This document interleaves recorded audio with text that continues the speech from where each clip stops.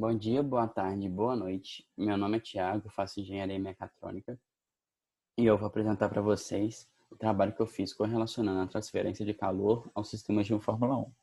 Por que eu escolhi um Fórmula 1? Porque é uma categoria do automobilismo, uma das mais importantes do mundo, que lida com grandes velocidades, portanto com grandes forças e tem um alto rendimento, ou seja, tem um alto esforço mecânico e térmico. Quais os sistemas que eu escolhi preferencialmente falar para vocês? O sistema do motor, o sistema de arrefecimento e o sistema de freios e pneus. Primeiramente falando, a parte de motor, ou unidade de potência, como o pessoal mais ligado à Fórmula 1 fala. Por que unidade de potência? Porque a gente tem o bloco do motor, que é o motor em si, né, na verdade. É um motor a combustão, 1,6 litros, sobrealimentado por um turbocompressor. E temos a parte híbrida, elétrica, que é carregada tanto nas frenagens quanto na rotação do turbo. Essa parte elétrica, ela pode ser acionada em baixas rotações para girar a turbina e diminuir o turbo lag, e também para momentos de ultrapassagem, gerar uma potência extra. Mas falando exclusivamente do motor, tanto na Fórmula 1 quanto nos carros de rua, esse é um sistema do veículo que lida com grandes trocas de calor. A temperatura proveniente da explosão da mistura ar-combustível pode alcançar 2.000, 3.000 graus Celsius. E, como mostrado aqui do lado, no caso da Fórmula 1, o bloco é feito em alumínio, em ligas de alumínio. E essas ligas conseguem suportar de forma que mantenha todas as suas propriedades importantes para o dimensionamento do motor em volta de 400 graus Celsius. E pior ainda, o óleo lubrificante pode chegar até 180, sendo a temperatura na casa dos 110 graus Celsius consideradas as mais ideais. Nesse ponto, o fluido, lembrando um pouquinho de mecânica dos fluidos, mantém a viscosidade dentro do ponto ideal e garante um fluxo de lubrificação entre as peças e, ao mesmo tempo, um escoamento não muito lento. Temperaturas muito acima dos 110, tendo como limite os 180, a partir desse ponto fica pior ainda a situação, mas acima dos 110, a temperatura aumenta muito. Então, o escoamento seria muito mais rápido, pois a viscosidade seria menor. Até esse ponto, poxa, beleza, vai ter uma velocidade maior do fluido, vai trocar calor mais rápido, esse óleo quente vai ir por cárter mais rápido, não vai ficar tanto tempo no motor, mas essa viscosidade muito baixa é ruim pelo fato de que ela sendo baixa, o óleo não está viscoso ao ponto de garantir uma pressão de óleo suficiente para manter aquele filme de óleo entre uma peça e a outra. Sem essa lubrificação, as peças podem se encostar e levar a uma falha crítica do motor. O motor pode chegar a travar. Mas, voltando à transferência de calor.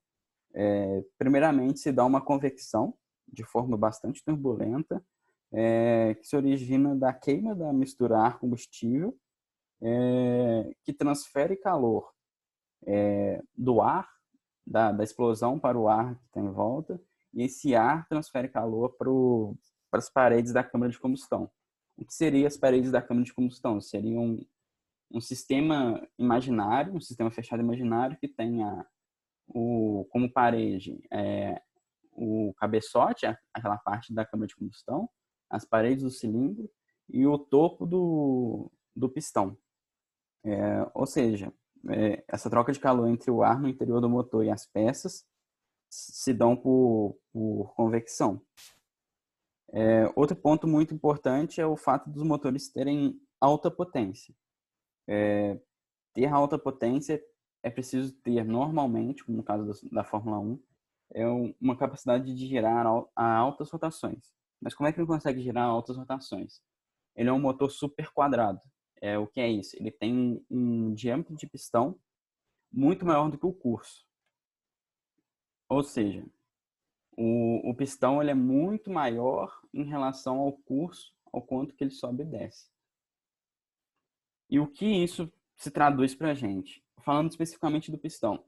Em todo carro, a temperatura no centro do pistão ele é muito maior do que na extremidade. Na extremidade do raio do pistão, né? Só que na Fórmula 1, esse gradiente de temperatura é muito maior. Por quê? Porque a explosão geralmente não, unanimamente falando, ela concentra a maior temperatura e a maior força de explosão no centro do pistão. E como na Fórmula 1, a cabeça do pistão ele é muito grande, tem um diâmetro muito grande, a diferença de temperatura vai ser muito maior, o gradiente de temperatura vai ser muito maior. Então a condução se dá de forma mais acelerada nesse cenário aqui. Outro ponto também, que seria a câmara de combustão, que, como eu disse, ela é relativamente pequena em relação aos carros normais. Nos carros normais, o topo dessa parede da câmara de combustão tem uma temperatura muito maior do que a parte inferior. Ou seja, o ponto morto superior, ela alcança temperaturas muito mais altas e muito mais rápidas do que o ponto morto inferior. Como na Fórmula 1, esse curso é muito pequeno, essa câmara de combustão vai ter um gradiente de temperatura muito menor. Isso se transmite numa uniformidade de temperatura na câmara de combustão, que faz com que o bloco em si se dilate de forma igualitária, sem tanta dilatação diferente, de acordo com a temperatura. Ainda falando do bloco, dentro desse bloco passam galerias de água e de óleo, e eu vou falar mais para frente no sistema de arrefecimento, e a água e o óleo trocam calor com o bloco para evitar que ele chegue em temperaturas muito altas. Mas só para recapitular, tanto o pistão, quanto as paredes do cilindro, quanto o cabeçote trocam calor por condução, e esse calor também é conduzido para todo o restante do bloco. A última forma de transmissão de calor, de transferência de calor, seria por radiação. E seria como a gente diz que o motor está esquentando o restante dos periféricos. Ou seja, o bloco do motor, o coletor de escapamento, as próprias mangueiras de arrefecimento, eles estão em uma temperatura consideravelmente alta e essa temperatura é radiada para os outros periféricos do motor, que também absorvem essa temperatura, trocam calor com essas peças que eu acabei de falar. Agora eu vou falar um pouquinho do arrefecimento, que, como eu disse, a condução se dá nos componentes internos que compõem a câmara e conduzem calor para todo o restante do bloco. A fim de manter essa temperatura de trabalho, o bloco do motor apresenta galerias por onde circula o líquido de arrefecimento. Nos carros de rua, esse líquido geralmente é água desmineralizada diluída com aditivo. Isso impede a corrosão, o ressecamento das mangueiras, porque geralmente é etileno glicol ou derivados de etileno, para lubrificar a mangueira por dentro, para ela não ressecar. E também eleva um pouquinho o ponto de fusão da água, para manter uma pressão maior no sistema. Porém, na Fórmula 1 são empregados fluidos específicos, não água desmineralizada com aditivo. É um fluido específico mesmo. Se eu não me engano, a Honda disponibiliza no sistema de arrefecimento esses fluidos. A Honda nos veículos de rua, ela não é permitido a diluição de água desmineralizada com fluido. É um líquido específico. Mas voltando aqui para a Fórmula 1. Esses fluidos têm uma alta condutividade térmica e possibilitam absorver muito calor do motor em altas quantidades. E esse calor também é trocado de forma muito rápida no momento que circula no radiador. O radiador é um trocador de calor convencional. E a gente tem também um radiador de óleo, que assim como o líquido de arrefecimento tem suas galerias de lubrificação, e o óleo acaba absorvendo o calor do bloco, e a gente tem que diminuir essa temperatura do óleo para evitar aquele problema de viscosidade que eu falei. Então, essa temperatura é diminuída no radiador de óleo. Outro tipo de trocador de calor que também tem no Fórmula 1 é o intercooler, que é o trocador de calor de ar com ar. Por que ar com ar? Como é um motor sobrealimentado, tem um turbocompressor, na compressão, o ar do motor o ar que vai ser admitido pelo motor, ele aquece, porque na compressão há o aquecimento do ar, do fluido, no caso. E a gente não deseja esse ar quente dentro do motor, porque o ar quente é maior densidade, então vai entrar menos combustível do que poderia entrar se esse ar estivesse frio. E também, ele estando quente, ele pode propiciar a pré-detonação do combustível antes do momento ideal. Então, a gente tem que resfriar esse ar e resfriar através do intercooler, que é um trocador de calor de ar com ar. Mas só para ter ideia mais ou menos assim, os Fórmula 1 variam muito a posição de pista para pista, de modelo para modelo e de situação para situação.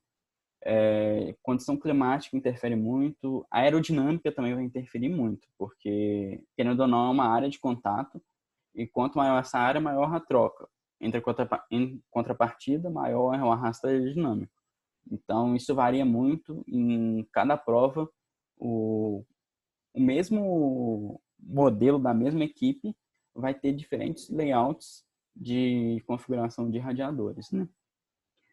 Outro ponto muito importante é a questão dos freios. Diferentemente dos carros convencionais, que geralmente é de ferro fundido, os freios da Fórmula 1 são em carbono-carbono. Não é fibra de carbono, é carbono-carbono mesmo. Ele é 50% mais leve do que a fibra de carbono e ainda tem uma troca de calor muito mais efetiva. Outra diferença também é que tem uma espessura de até 28 milímetros, enquanto um carro comum como o Celta, por exemplo, tem na casa dos 12 milímetros. E essa espessura tão grande tem o intuito de possibilitar uma melhor troca de calor. Esse tipo de geometria é adequada porque ele tem uma maior área para trocar calor por condução. Ou seja, as pistas, que são a parte onde a pastilha encontra com o disco, elas aquecem e transferem todo esse calor por condução para todas as seções transversais do disco. Então, quanto mais seções transversais, maior é aquela troca de calor. A diminuição da temperatura também se dá por refrigeração por ar, né?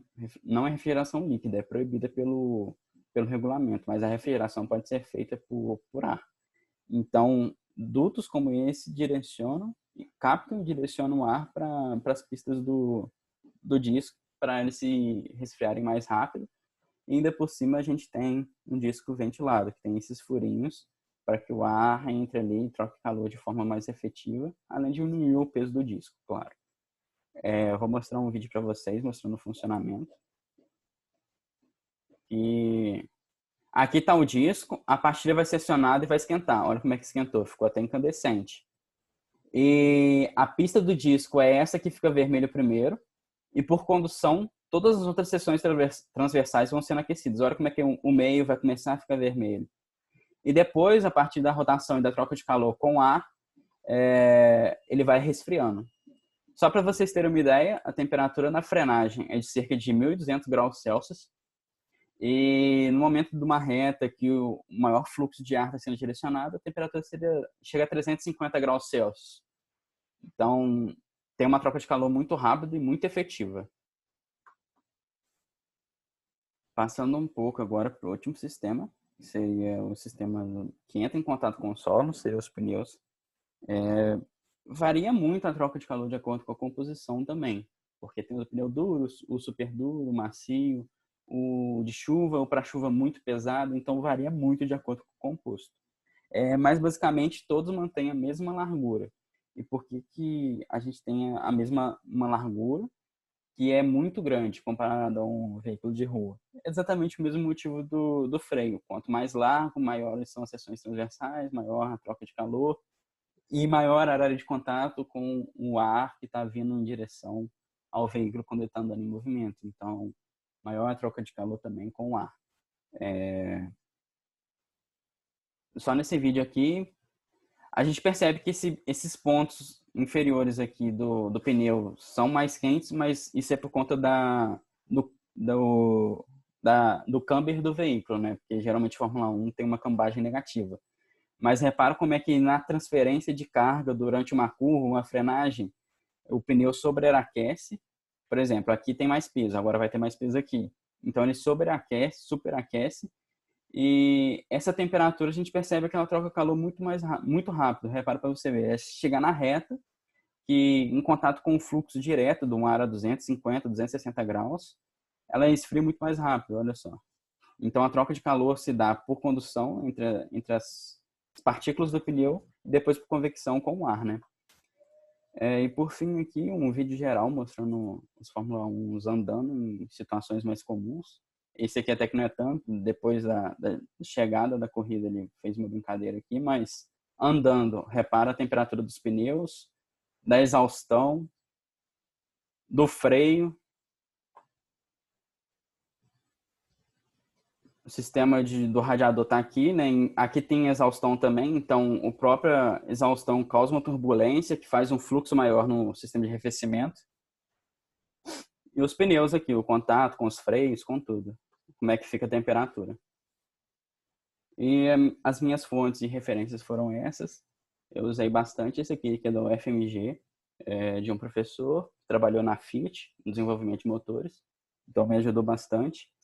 E da USP também na questão dos radiadores. O restante foi mais procura na web mesmo, tentar achar vídeos de universidades também, YouTube, ajudou bastante. E esses últimos vídeos aqui eu não empreguei aqui no trabalho, mas eu deixei como para quem deseja assistir. No mais era isso, muito obrigado e espero que tenham entendido, né?